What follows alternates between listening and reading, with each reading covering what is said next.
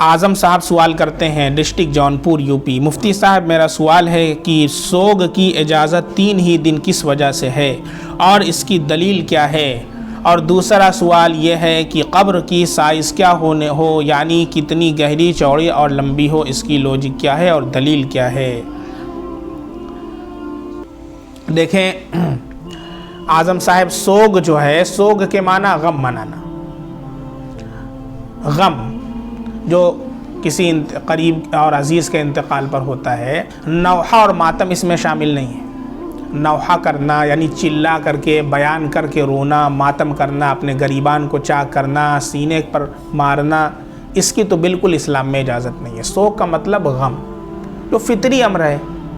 بھئی کسی کے والد کا انتقال ہو گیا، کسی کی بیوی کا انتقال ہو گیا، بیوی کے شوہر کا انتقال ہو گیا، یا بچے کا انتقال ہو گیا، تو فطری طور پر انسان کو غم ہوگا۔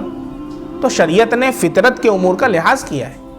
ایسا نہیں ہے کہ شریعت کوئی ایسی چیز ہے کہ اس نے اٹھا کر کے بالکل ہم کو ڈھکیل دیا ہو کہ بس یہی کرنا ہے، نہیں، ہم کو غم ہے۔ خود اللہ کے نبی صلی اللہ علیہ وسلم کے صاحبزادے حضرت ابراہیم رضی اللہ عنہ کا جب انتقال ہوا ہے تو اللہ کے نبی صلی اللہ علیہ وسلم کی آنکھوں سے آنسو رواں ہو گئے۔ تو صحابہ نے کہا اللہ کے نبی آپ ہم کو منع فرماتے ہیں، تو آپ صلی اللہ علیہ وسلم نے فرمایا کہ یہ آنسو جو نکل رہا ہے، آنسو کا نکلنا یہ منع نہیں ہے، چلانا، نوحہ کرنا، ماتم کرنا یہ منع ہے۔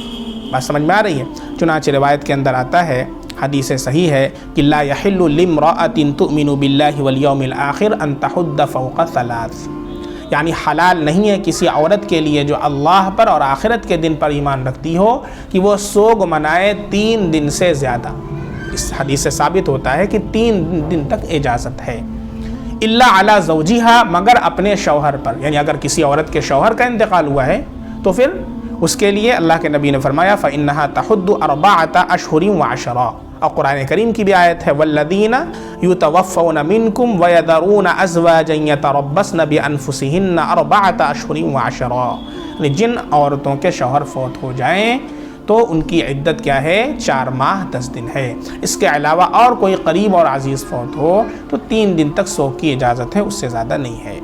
اور قبر کے بارے میں آپ نے جو سوال کیا ہے کہ قبر کی لمبائی کتنی ہو، تو قبر کی لمبائی میت کا جو قد ہے اس سے کچھ لمبی ہو، اس کی جو لمبائی ہے وہ میت کے قد سے کچھ لمبی ہو تاکہ میت کو بآسانی اس کے اندر رکھا جا سکے۔ چوڑائی کتنی ہو؟ چوڑائی نصف قد کے برابر ہو۔ انسان جس کو دفن کیا جا رہا ہے اس کا جو قد ہے، اس کا جو نصف قد ہے اس کے برابر ہو۔ اور گہرائی جو ہے وہ کم سے کم نصف قد یا سینے تک ہو، کم سے کم تو نصف قد ہو، سینے تک ہو، زیادہ سے زیادہ سینے تک بھی کر سکتے ہیں تو یہ بہتر ہے۔ اور پھر قبر میں 2 قسمیں ہوتی ہیں، ایک لحدی قبر ہوتی ہے اور ایک بغلی قبر ہوتی ہے۔